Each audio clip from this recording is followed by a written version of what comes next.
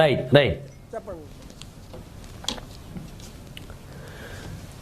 మళ్ళీ వస్తాను మీ దగ్గరికి బాబు గారు. మనతోటి ఫోన్ లైన్లో సీనియర్ జర్నలిస్ట్ పొలిటికల్ అనలిస్ట్ అక్షర సత్యం గారు అందుబాటులో ఉన్నారు. సత్యం గారితో మాట్లాడదాం. సత్యం గారు గుడ్ మార్నింగ్ అండి.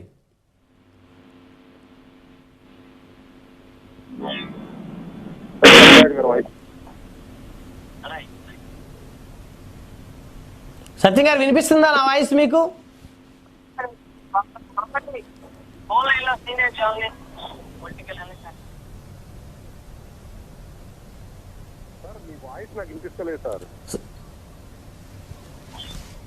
రైట్ రైట్ రైట్ సత్యం గారి దగ్గర టెక్నికల్ ఇష్యూ వచ్చింది.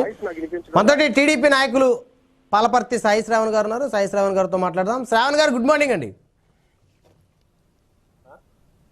ప్యానల్ సభ్యులందరికీ ముందుగా గుడ్ మార్నింగ్. ప్రైమ్ నైన్ ప్రేక్షకులందరికీ నా నమస్కారాలు తెలియజేసుకుంటున్నాను. నాకు అవకాశం ఇచ్చిన ప్రైమ్ నైన్ ఛానల్ కూడా హృదయపూర్వక నమస్కారాలు. ఇవాళ మన సందర్భం వచ్చేసి కూటమి. ఏంటి శ్రావణ్ గారు, మొత్తానికి టీడీపీ జనసేన కూటమి దూసుకెళ్తా ఉంది. గోదావరి జిల్లాల్లో క్లీన్ స్వీప్ చేయాలనేటువంటి ఉద్దేశంతో, సో దానిలో భాగంగానే జనసేన అధినేత కూడా గోదావరి జిల్లాల పర్యటనకు శ్రీకారం చుట్టారు. సో ఇటు బీజేపీని కూడా కూటమిలోకి తీసుకొచ్చేందుకు విశ్వ ప్రయత్నాలు చేస్తా ఉన్నారు. ఆ క్రమంలో భాగంగానే ఢిల్లీ వెళ్ళారు. అక్కడి నుంచి పూర్తి స్థాయి బ్లెస్సింగ్స్ తీసుకొని కూటమి జాబితాను సిద్ధం చేసేందుకైతే రంగం సిద్ధం చేస్తున్నట్టు తెలుస్తూ ఉంది. ఏమంటారు? అవునన్నా, అందులో ఎటువంటి సందేహం లేదు. టీడీపీ జనసేన ఇప్పుడు బీజేపీ కూడా కలిసి వస్తే మరింత బాగుంటుంది. పవన్ కళ్యాణ్ గారు ఎప్పుడో చెప్పారు మనకి ఎట్టి పరిస్థితుల్లో వైసీపీ వ్యతిరేక ఓటు చీలిపోకూడదని. దానికోసం పాపం పవన్ కళ్యాణ్ గారు ఎన్నో మాటలు అనుభవించారు. ఎంతో మంది ఆయన స్థాయి కాని వ్యక్తులు కూడా పాపం ఆయన ఎన్నో మాటలు అన్నారు, ఎంతో పోరాడారు. చివరికి వాటికి ఒక ఫైనల్ స్టేజ్కి తీసుకొచ్చారు. ఇవాళ రేపో మాపో వాళ్ళు సాయంత్రం ఢిల్లీ వెళ్తున్నారని తెలుస్తుంది.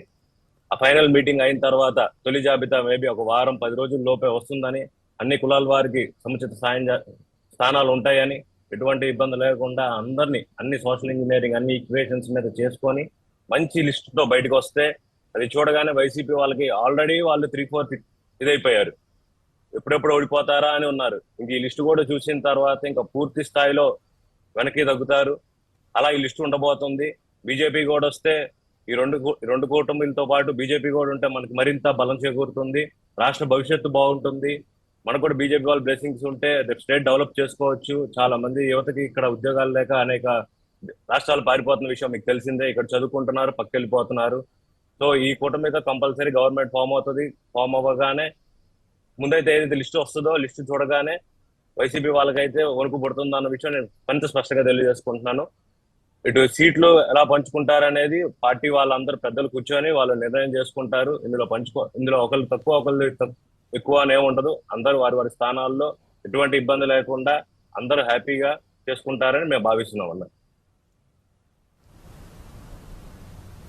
కానీ శ్రావణ్ గారు, తెలుగుదేశం పార్టీ జనసేన బీజేపీ కూటమిలో జనసేనకు ఆశించిన స్థానాలు దక్కుతాయని అనుకోవచ్చా? ఒకవేళ జనసేనకు ఆశించిన స్థానాలు దక్కకపోతే జన సైనికులు నిరుత్సాహంతో ఉండే పరిస్థితులు ఉంటాయి. మరి పూర్తిస్థాయిలో గ్రౌండ్లో ఓట్ ట్రాన్స్ఫర్ అవుతుందో లేదా? ఇప్పుడు మీరు టీడీపీ నాయకులకి మీకు ఎక్కువ సీట్లే వస్తాయి. సో మీకేమీ అభ్యంతరకర పరిస్థితి ఉండదు. కానీ ఇబ్బందులు పడేది జనసేన కదా, నిరుత్సాహపడేది జనసేన కదా. అలాంటిది ఏమి ఉండదు అన్న, నిరుత్సాహం ఏమి ఉండదు. ఏమన్నా పాపం చాలా మంది ఈసారి 100% గెలుస్తారు అన్నదాంతో ఆశావాహులు ఉంటారు. అందులో ఎటువంటి తప్పు లేదు మీరు చెప్పిన దాంట్లో. కొన్నిసార్లు ఈ సోషల్ ఇంజనీరింగ్ క్యాస్ట్ ఈక్వేషన్స్ లో ఏమైనా ఒక స్థానంలో ఒకళ్ళు ఉండాల్సిన బదులు ఇంకొకళ్ళు ఉండాలి అని సోషల్ ఇంజనీరింగ్ లో ఏమైనా వస్తే వాళ్ళు ఏమైనా చిన్న మనస్పర్ధలు ఏమైనా వచ్చి వాళ్ళు ఏమైనా నిరుత్సాహ పండొచ్చాము. కానీ వాళ్ళకి సముచిత స్థానం కల్పించడం ఉంటుంది. ఒక ఫ్యామిలీ అన్న తర్వాత చిన్న చిన్న ఇష్యూస్ ఉంటాయి. అలాగే మేము అన్ని రిజాల్వ్ చేసుకుంటాం. ఎటువంటి ఇబ్బందులు ఏమి ఉండవు.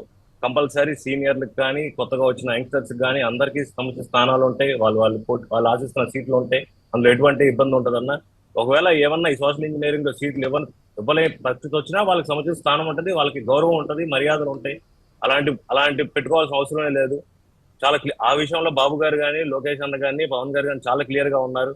వాళ్ళు ఎట్టి పరిస్థితుల్లో ఈసారి మనం గవర్నమెంట్ ఫామ్ చేస్తున్నామన్న దాంట్లో ఉన్నారు. దాంట్లో 1-2 సీట్లు ఏమైనా అటు ఇటు అయినా మాత్రం వాళ్ళ దాని గురించి ఏం లేదు. గ్రౌండ్ లెవెల్లో 100% ఓట్ ట్రాన్స్ఫర్ అవుతుంది. ఆల్రెడీ జనం ఫిక్స్ అయిపోయి ఉన్నారు. ఈసారి వైసీపీని గద్దె దించాలని చెప్పి వాళ్ళు 100% ఫిక్స్ అయిపోయి ఉన్నారు. ఓట్ 100% ట్రాన్స్ఫర్ అవుతుందన్న, అందులో ఎటువంటి డౌటే లేదు. నాయకులందరూ కొద్దిగా ఈ నెలన్నర పాటు కొద్దిగా జాగ్రత్తగా ఎటువంటి మనలో నాయకులతో ఎటువంటి ఏమి క్లాషెస్ లేకుండా హ్యాపీగా చేసుకుంటే సరిపోతుందని నేను భావిస్తున్నాను. కానీ శ్రవణ్ గారు, జనసేన ఎక్కడైతే పోటీ చేస్తుందో ఆ స్థానాలు కావాలని తెలుగుదేశం ఓడించేటువంటి పరిస్థితులు ఉంటాయంటూ వైసీపీ ప్రచారం చేస్తుంది. జనసేన అధినేతను కూడా ఓడించడానికి తెలుగుదేశమే విశ్వ ప్రయత్నం చేస్తుందంటూ వైఎస్ఆర్సీపీ ప్రచారం ముమ్మరం చేసింది. ఈ ప్రచారాలు నమ్మొచ్చా? అది ఒక వైసీపీ వాళ్ళ ప్రచారం నమ్మితే ఇంకా మనం ఇంకా ఉండాల్సిన అవసరం లేదన్న. వాళ్ళు చేసేది అన్ని ఫేక్ న్యూస్, ఫాల్స్ ప్రాపగాండా.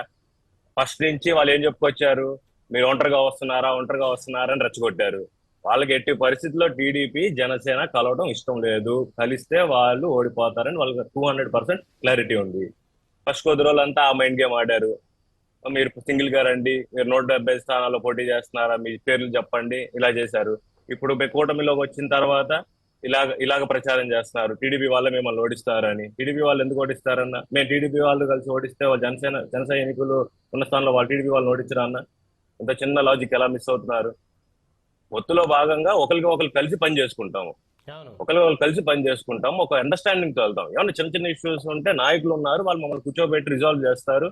ఏమైనా ఉంటే మేము కలిసి పని చేసుకుంటానే కదా రేపు గవర్నమెంట్ వస్తుంది, అందరికీ ఒక స్థానాలు ఉంటాయి. ఈ రోజులో మేము గొడవ పడితే మేము వైసీపీకి కేక్ వాక్ చేసినట్టే అవుతుంది కదా.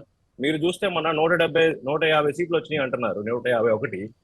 దాంట్లో 1000 నుంచి 5000 ఓట్ల మెజారిటీతోనే దాదాపు 35 నుంచి 40 సీట్లు ఉన్నాయి. మన ఉదాహరణ ఇప్పుడు భీమవరమే తీసుకున్నాం అనుకోండి, భీమవరమే తీసుకున్నాం. వైసీపీ అక్కడ గ్రంథి శ్రీనివాస్ గారికి 70,000 ఓట్లు వచ్చినాయి, జనసేన పవన్ కళ్యాణ్ గారికి 62,000 ఓట్లు వచ్చాయి, టీడీపీ 54,000 ఓట్లు వచ్చాయి. ఇలా విడిగా పోటీ చేయడం వల్లే కదా వాళ్ళు గ్రంథి శ్రీనివాస్ గారు గెలిచింది. అదే పొత్తులో భాగం చేస్తుంటే పవన్ కళ్యాణ్ గారు ఎంత ఉన్నతమైన మెజారిటీతో గెలిచేవాళ్ళు. సో కేవలం ఏంటంటే ఇలాంటి చిన్న క్లాసెస్ పెట్టి ఇది ఉంది కాబట్టి, సోషల్ మీడియా కాబట్టి వాళ్ళు ఏదో మనకి ఇలా ఫేక్ చేసేద్దాం అనుకుంటే మాత్రం కుదరదు. దీని మీద అటు చంద్రబాబు నాయుడు గారు కానీ, లోకేష్ బాబు కానీ, లేకపోతే ఇటు మన పవన్ కళ్యాణ్ గారు, వాళ్ళు చాలా చాలా క్లియర్ గా చెప్తున్నారు, మీరు ఎటువంటి మైండ్ గేముల్లో ఎటువంటి ట్రాపుల్లో దయచేసి పడబాకండి, మీరంతా చాలా క్లియర్ గా ఉండండి, మన 2024 మన టార్గెట్, ఈ చిన్న విషయాలన్నీ వదిలేసేయండి, నాయకులందరూ కలిసి పనిచేయండి అని వాళ్ళు చాలా స్పష్టతగా చెప్పారు.